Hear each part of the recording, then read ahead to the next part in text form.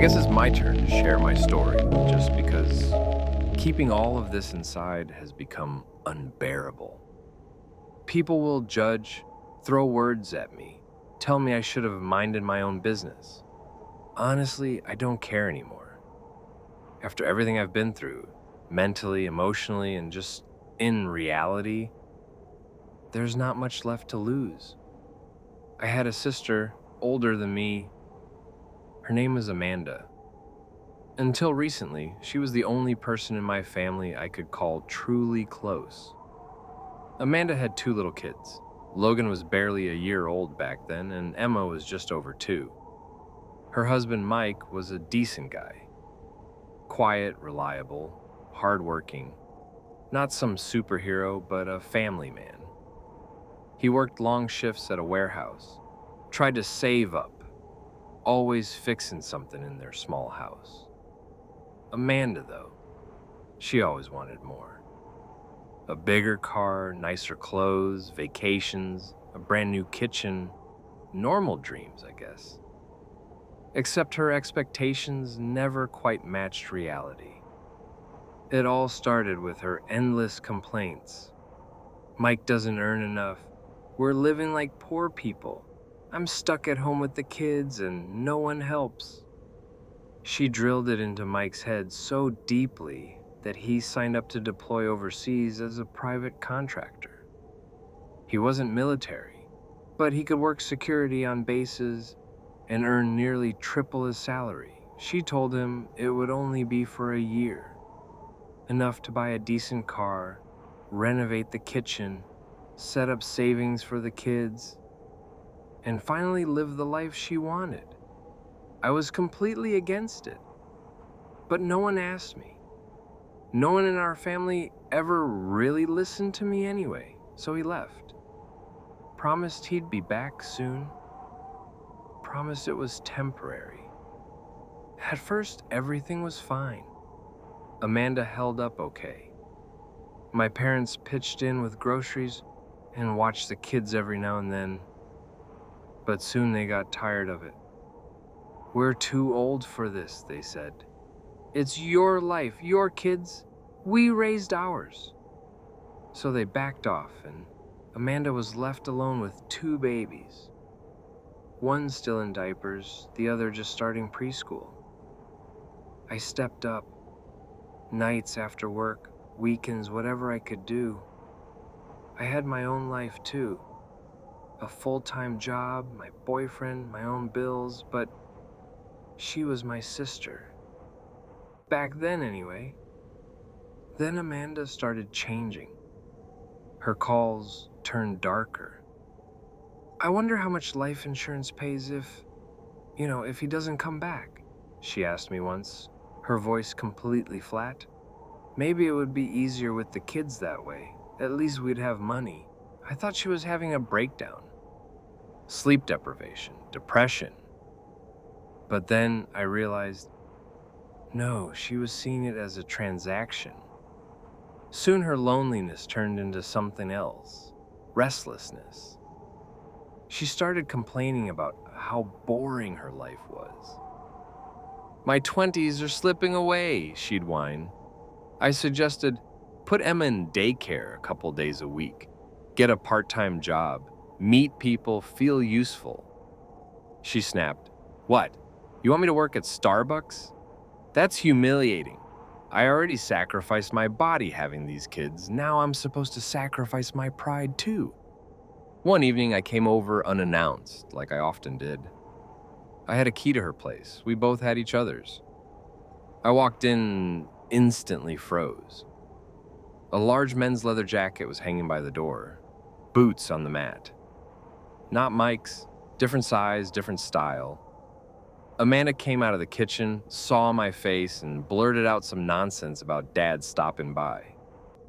But our dad is shorter than me, and these boots look like they belong to a linebacker. The next day, she called me sobbing, told me everything.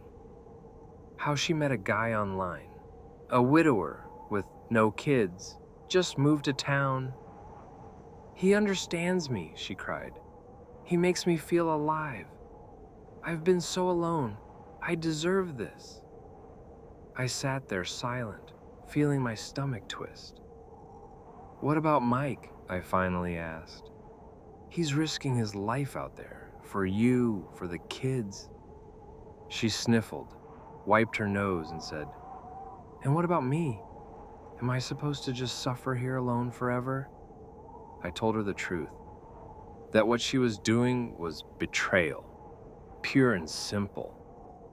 That marriage wasn't just about vacations and matching Christmas pajamas. It was about loyalty, about standing by your partner when it's hard. That if I ever saw this other guy again, I'd tell Mike everything, straight to his face. She cried and swore it was over, said she understood. I wanted to believe her. 2 weeks later, it snowed so hard the whole city shut down. Roads were blocked, offices closed. I decided to surprise her, bring groceries, play with Logan and Emma, maybe bake cookies with them. I unlocked the door, walked in, and froze mid-step. Some half-naked guy was chasing Emma around the living room, wearing nothing but a towel. Logan was crawling at his feet, giggling. The man turned and stared at me. Amanda walked out of the bathroom, hair wet, wearing a silk robe. We just stood there, the four of us, in heavy silence. I felt like my lungs stopped working. That evening, I sat down and messaged Mike. It took me hours to write it all out. Every detail, every date, what I'd seen. I hesitated before hitting send, but I did it. Within minutes, he called. For the longest time, he didn't speak. I thought the call had dropped. Then I heard him crying. This man, halfway across the world, surrounded by sand and barbed wire, wept like a child into the phone. "Thank you," he whispered. "And I'm sorry." Then the line went dead.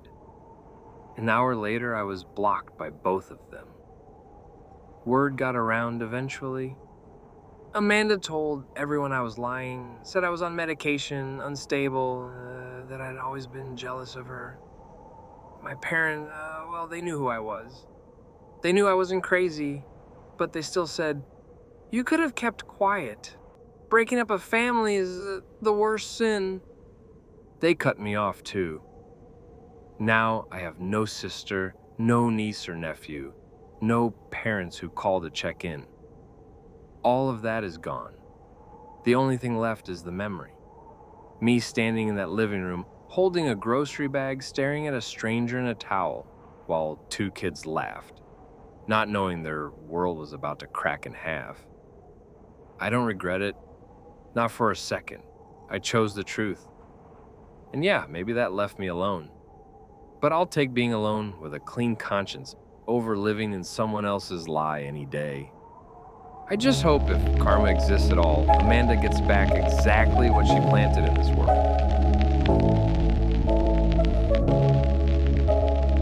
It happened on one of those Saturdays where you plan to be out for just a couple of hours, but somehow you end up getting home late, exhausted, hungry, and with no clear idea of where the day even went. I was trying to find a warehouse. A buddy had asked me to swing by and check out some leftover materials that might be useful for a cabin project.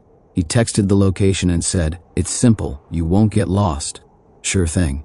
I left after lunch, punched the address into Google Maps, and everything seemed fine until I got into the industrial zone. You know the type. Big gray buildings, cracked asphalt lots, weird side roads, and zero signs on anything. And then the GPS just lost its mind. Started looping me around, sending me down dead ends, pointing me toward random abandoned loading docks. I tried restarting the route, turning around. Nothing helped. I called my friend. No answer. Finally, I gave up and decided to head back toward the highway and just go home. By the time I got out of that maze, the sun was setting.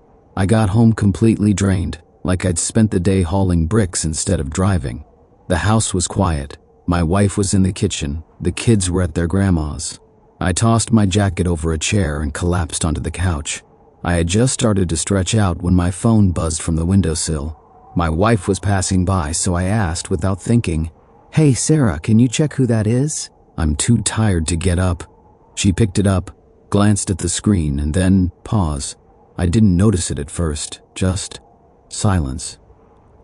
Then she looked up and very calmly, almost flatly, read aloud, "Tell us about your experience at Ocean Breeze Spa." That's when I realized the day wasn't quite over yet. "What's that?" she asked, same calm tone. But I knew that tone. That tone's more dangerous than yelling. What spa?" I said, sitting up as if I could hear better from a different position. She silently turned the screen toward me.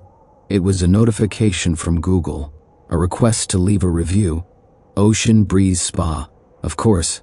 Looked like I'd spent the afternoon relaxing at a day spa instead of chasing scrap wood across a junkyard. I started explaining. It had to be a mistake. I told her I'd been lost in the industrial district, that the GPS probably logged my location, and maybe this spa was just next to the warehouse I'd been circling. I hadn't even seen a spa. Just fences, concrete, pipes. Who puts a spa there? But the more I explained, the dumber it all sounded. I mean, seriously, I was in the middle of nowhere looking for a warehouse, and somehow a spa was next door, and my phone thought I went in?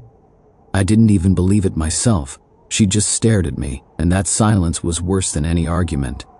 "So you went to a spa?" she finally asked. "No, I didn't even see the place. You know me." "Well," she said, turning back toward the kitchen, "now I'm not so sure." And off she went, with my phone. I just sat there in the hallway, half out of my jacket, still wearing my shoes, feeling this weird guilt, like I had snuck off to steam and sip beer while she was home making dinner. We barely talked that evening. Dinner was quiet and cold, and I slept on the couch.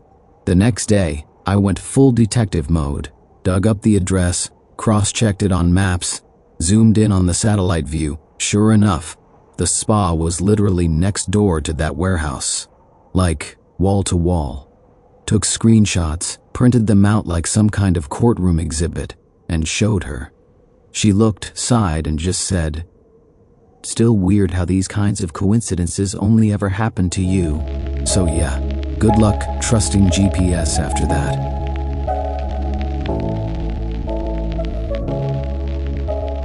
California's sun burned into my shoulders, and the air carried the tang of salt water, the sweet scent of sunscreen, and the distant laughter of beachgoers. A gentle tune played near the infinity pool, something light and tropical, with a pop beat underneath. This was not the kind of resort you stumble upon by accident. 5-star luxury, a seafood buffet, waiters dressed in crisp white uniforms, and pristine cleanliness. A place where you escape not only the daily grind, but yourself. I'd been lounging by the pool for days, sipping cold craft beer and worrying about nothing except not getting sunburned before I had to fly home. It was somewhere between my third and fourth pint when I noticed them by the edge of the water. She was blonde, maybe 35, possibly older. Tall, with a well-maintained figure. Clearly someone who took care of herself. Her face had soft features, very all-American, slightly weary but glowing with happiness. He was lean and tanned, with a short beard and dark sunglasses. His eyes, though obscured, seemed intense. When he looked at her, there was so much tenderness that, even as a lifelong cynic, I felt a pang somewhere inside. They laughed, splashed in the water, and talked in a mix of accented English and something else I couldn't place. She kissed his cheek. He held her by the waist. At some point, I found myself close enough to strike up a conversation, because that's what happens on vacations. "Are you two together?" I asked, without malice or ulterior motives, just out of curiosity. She laughed. "Yes," she said. "We meet here every year, 6 years in a row now." He nodded, adding with an accent, "She is my love, only one, my beloved." I raised an eyebrow and smiled. California's sun, summer, romance, it all fit into a story as cliched as it was warm. "Where do you live?" I asked. "I'm from Michigan," she said. "He lives here in San Diego. He works at the marina, sometimes does boat tours. And me, I don't work? You don't work? Then who pays for all this?" I gestured around at the lavish resort. "It's not cheap, you know?" She looked at me calmly, almost defiantly. My husband, your husband? I nearly choked on my beer. So you're married? Yes, she said without hesitation. I have a son. He's 11. My husband is a good man, hardworking, supportive. We've been together a long time. But she glanced at the man next to her. I love him.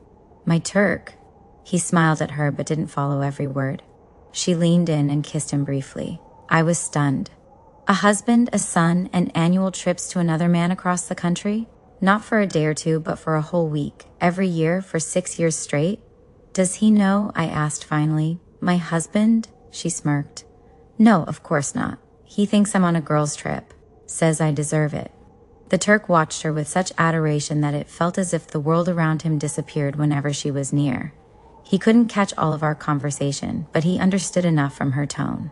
He took her hand and pressed it against his chest. She kissed him on the lips. I stepped away, not out of morality, but because the air felt tight, claustrophobic. Not from judgment, but from the sheer weight of it all. Somewhere in Michigan, there's a man who has no idea his wife flies off to San Diego each year to be with someone else. He might be at home making breakfast for their son, completely oblivious that his wife is wrapped in another man's arms by a pool on the Pacific coast. And there I was, sitting by the pool, listening to someone say I love you with a thick accent, and realizing the world isn't black and white.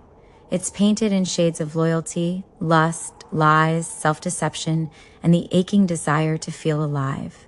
Because in her eyes, there was no cruelty, no malice, only longing for something she didn't have at home. I went back to my chair, poured myself another beer, and stretched out under the sun. But one thought wouldn't leave my mind. If your wife, Susan, takes annual girls' trips to San Diego, buddy, you're a fool. When I was in law school, I worked part-time as an assistant at a small but reputable law firm. The job wasn't hard. Carry documents, read through case files, sit in on hearings, and learn from the experienced attorneys. I took the internship seriously. I wanted to see how all the theory we were cramming in class actually played out in real life. I found family court cases the most gripping. Real emotion, real stakes, better drama than any stage play. There's one case I'll never forget. On paper, it looked like a routine divorce. The client was a man in his early 40s, tall, calm, well-dressed, polite, but his eyes, they looked worn, like someone who had aged 10 years in a month. He and his wife had 3 children. The oldest was 12, the middle one 7, and the youngest 3. He was a business owner, ran a mid-sized construction company, spoke clearly with no bitterness, said divorce was necessary, it's the right thing to do. At first, it seemed like his wife just wanted to leave quietly, no drama. But it turned out to be more complicated. The man had discovered his wife was cheating, the usual way, found messages by accident. I wasn't snooping, he said, just stumbled upon something and couldn't unsee it. Then I started connecting dots, and everything fell into place. The affair was confirmed. Worse yet, there was a strong chance the youngest child wasn't his. He filed for divorce, wanted to keep it civil, said he was willing to pay child support, split the assets, no court fights, as long as the kids were spared the pain. They didn't ask for any of this, he said quietly. There was no anger in his voice, just a kind of sadness, a sense of acceptance. At first, his wife seemed to agree. But something shifted, maybe pride, maybe fear he'd go through with a paternity test and drag it into a financial battle. At the next hearing, out of nowhere, her lawyer filed a motion requesting DNA testing. Her request, not his. She stood up in court and said loud and clear, "If you're so sure you've been lied to, then test them all. Go ahead.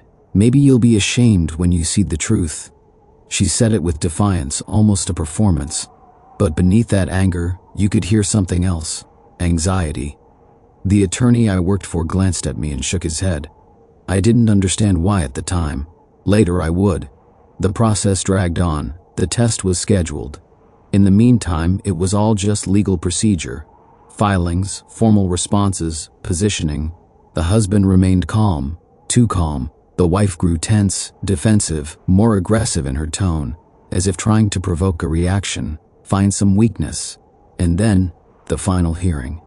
The results were in. The judge opened the folder, flipped through the papers, and paused. For a few seconds, she just sat there staring.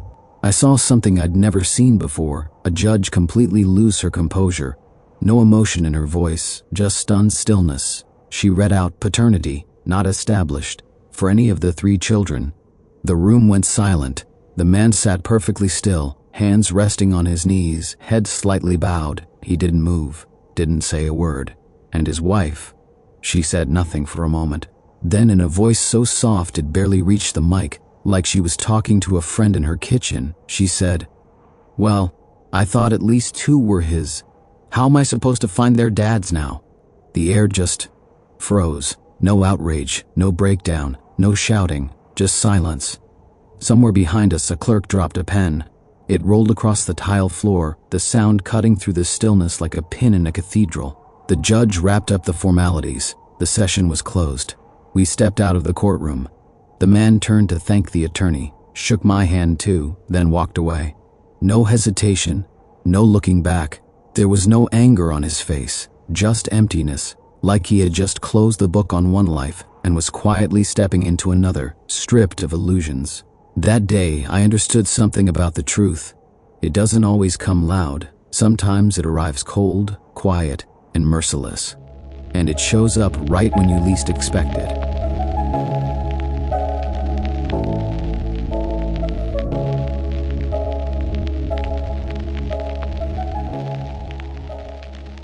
I used to think infidelity was something that happened to other people.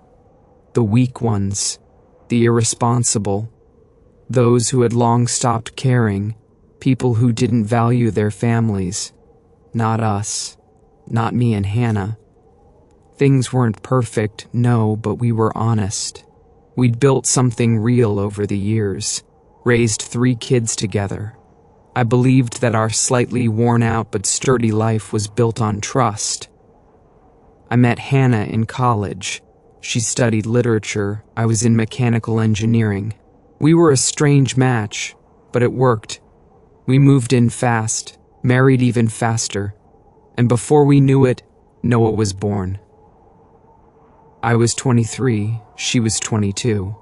He came into this world frail, spending his first month in intensive care. For the next 2 years, we were in and out of hospitals. Hannah was his world. I took extra shifts, night jobs, anything to cover the bills. Then came the twins, Emily and Grace. It felt like everything was settling. No big dreams or beach house fantasies. Just an old Toyota I kept trying to fix, family movie nights, and the sound of the girls giggling in the living room. That was happiness to me. When Hannah told me she was pregnant with our 4th, I didn't flinch. I even smiled. It wasn't planned, sure, but I thought, we'll make it work, just like we always do. The baby was a boy. We named him Caleb. But right away, something felt off. Darker skin, deep brown eyes, a slightly almond shape to his lids. Not like me, not like Hannah. I joked, maybe he got it from my great-grandfather. There's a rumor he had Turkish roots. Hannah laughed too, but her smile didn't reach her eyes. Months passed. Caleb grew. He laughed, babbled, crawled into our hearts. And yet, I couldn't shake the feeling, as though a stranger had found a place in our home. I hated myself for it. I didn't tell anyone. Not even myself, not really. Until one night I stood over his crib watching him sleep, and this thought crept in. What if he's not mine? No, that's insane. Still, I got a DNA test. Quietly, anonymously. Then lived the next 2 weeks like a ghost. Fixing pipes, grocery runs, homework with the girls. Pretending everything was normal while something sharp scraped at my insides. The results came by email. I opened the file, confused at first by all the charts, markers, percentages. Then my eyes locked on a bold line. Probability of biological relationship, 0%. I stared, frozen. Then I laughed, a dry, cracked sound. I wanted to throw the laptop across the room, scream, but I didn't. I just sat there in silence. For hours, maybe. I don't remember. That evening, I confronted Hannah. The kids were asleep. I showed her the results. She didn't cry, didn't shout. She went pale, lips trembling, and said, "I don't know how it happened. I'm sorry. Sorry.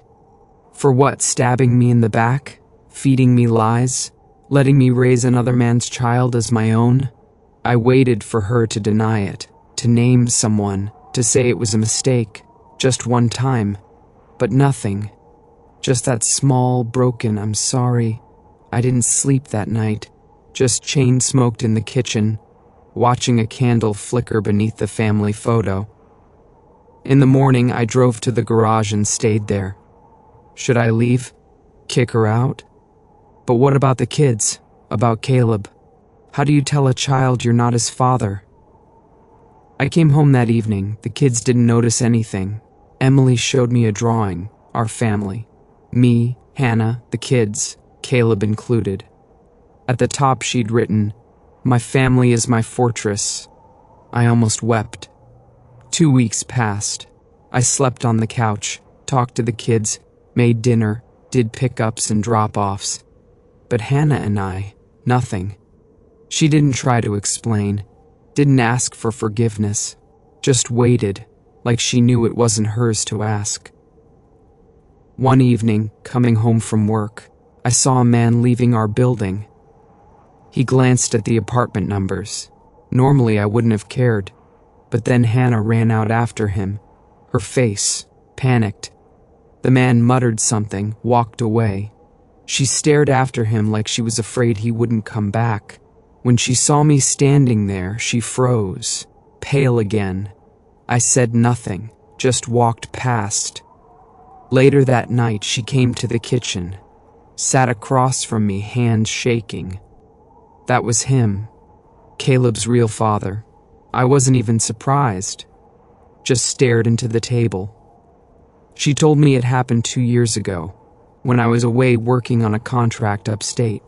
Her mother was hospitalized. I barely called. Work was crazy. He was a friend from college. Showed up, offered help, stayed around. One thing led to another. Once. Maybe more. She wasn't sure. I filed for divorce. No yelling, no drama. Just papers. Hannah didn't fight it. I packed a few things and moved out. The kids stayed with her for now. I still saw them every day. Even Caleb. He ran up to me, called me dad, and I couldn't bring myself to correct him. A month later, my father called. He didn't know what had happened. Asked how I was. I told him, divorced. There was silence. Then, because of her? I said yes. He sighed like he already knew. Then added, "You did what you had to. But remember, being a father isn't just blood, it's heart. Caleb's still a kid. He didn't choose any of this." A few more months passed. Then came a letter. Hannah filed for child support for all 4 kids, including Caleb. I went to court. The judge, a stern woman in her 50s, read through the documents. I handed her the DNA results. She paused. "But he's legally your son." I was deceived, I said. I filed to contest paternity, another round of bureaucracy, psychologists, evaluations. Meanwhile, Caleb got sick, breathing issues. I visited him in the hospital. He was on 4th when he saw me. He cried and reached out. For the first time in months, I hugged him. Hannah stood in the corner, silent, hollow, like someone who'd aged a decade in a season. I didn't know what to feel. How do you erase a child you raised? 6 months passed. I rented a small apartment near the kids' school. Saw them almost daily, Caleb too. The court eventually ruled I wasn't liable for Caleb's support, but I could still visit, my request. Hannah moved in with her parents. We rarely spoke. The kids still saw her, I tried not to hate her. But forgiveness, I'm not there yet. You know, when a family falls apart, it feels like the world is ending. But then through the ashes and pain, you see, life goes on. Kids grow. The sun still rises. And even among the ruins, you can build something new. Not a castle, maybe, but a shelter and a heart that still has room for warmth.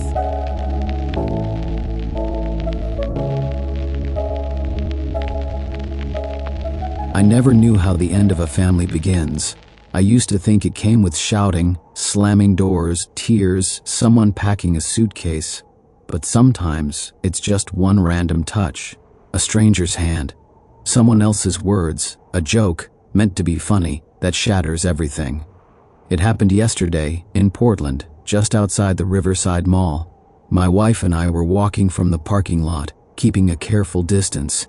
Things between us were fragile, like porcelain. You don't throw it out, but you know one wrong move and it cracks. We just come through a rough patch. My fault, I won't deny it. There were lies, a broken trust, a long road of never again and almost getting to I forgive you. We were barely breathing the same air again, not close but not broken. And then, this. A young woman passed by, maybe 20, blonde, light jacket. As she walked by, she ran her hand across my lower back, far too familiar for a stranger. I turned, confused, and she leaned in just enough and said softly but loud enough for my wife to hear, "Good to see you. I get it. Tomorrow, same time." Then she walked off, like nothing had happened. I froze. My mind went blank. My wife gripped her purse tighter. "What the hell was that?" she asked. I started stammering, said I didn't know her, said it was probably a prank. "A prank? Are you serious?" Her eyes were filled with a pain that doesn't lead to questions, it just breaks. A few feet away, I noticed two guys. One held a phone, the other an action cam, laughing, whispering, occasionally glancing our way. That's when I realized it wasn't random. It was staged, a prank, a so-called social experiment, a video for strangers to laugh at online. But for us, it was devastation. At home, it blew up. The kind of argument where no one yells but everything is said. I swore it wasn't me, promised to prove it, told her I'd find the video, show her, "Look, see, it's not real, it's them, not me." But she didn't believe me. And maybe it wasn't about belief anymore. Maybe she just couldn't carry it anymore. She left, took our daughter, went to her sister's. I was alone. All night I searched. YouTube, TikTok, Instagram Reels, even Reddit threads and random Facebook groups. I searched by hashtags, by location, typed every combination I could think of. Nothing, not a single clip, no trace. And then I understood, without that video, I'm no one, just another guy making excuses. Meanwhile, those two with the cameras, they're probably editing my life falling apart, adding music and laugh tracks for likes and comments. I'm not writing this for sympathy or shares. I'm not a hero. I've made my own messes. But this wasn't one of them. This was someone else's joke, played in the worst possible moment, with the worst possible people. If only they knew how fragile we were. If only they realized a child now has two homes instead of one. That I might never sleep beside my wife again, all for a few laughs online. So to whoever filmed that, if you're reading this, if you still have any shred of conscience left, please, post the video. Or send it to me. Give me a chance to defend the truth. You wanted views? You'll get them.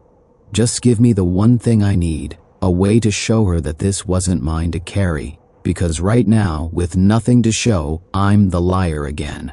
And maybe this time, for good. And to anyone who thinks pranks are just harmless fun, sometimes behind your laughter, there's a life falling apart.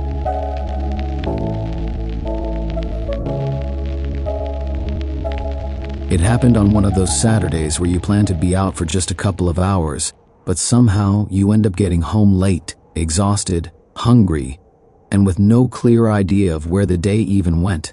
I was trying to find a warehouse. A buddy had asked me to swing by and check out some leftover materials that might be useful for a cabin project. He texted the location and said, "It's simple, you won't get lost." Sure thing. I left after lunch, punched the address into Google Maps, and everything seemed fine until I got into the industrial zone. You know the type. Big gray buildings, cracked asphalt lots, weird side roads, and zero signs on anything. And then the GPS just lost its mind. Started looping me around, sending me down dead ends, pointing me toward random abandoned loading docks. I tried restarting the route, turning around. Nothing helped. I called my friend. No answer. Finally, I gave up and decided to head back toward the highway and just go home. By the time I got out of that maze, the sun was setting. I got home completely drained, like I'd spent the day hauling bricks instead of driving. The house was quiet. My wife was in the kitchen. The kids were at their grandma's. I tossed my jacket over a chair and collapsed onto the couch.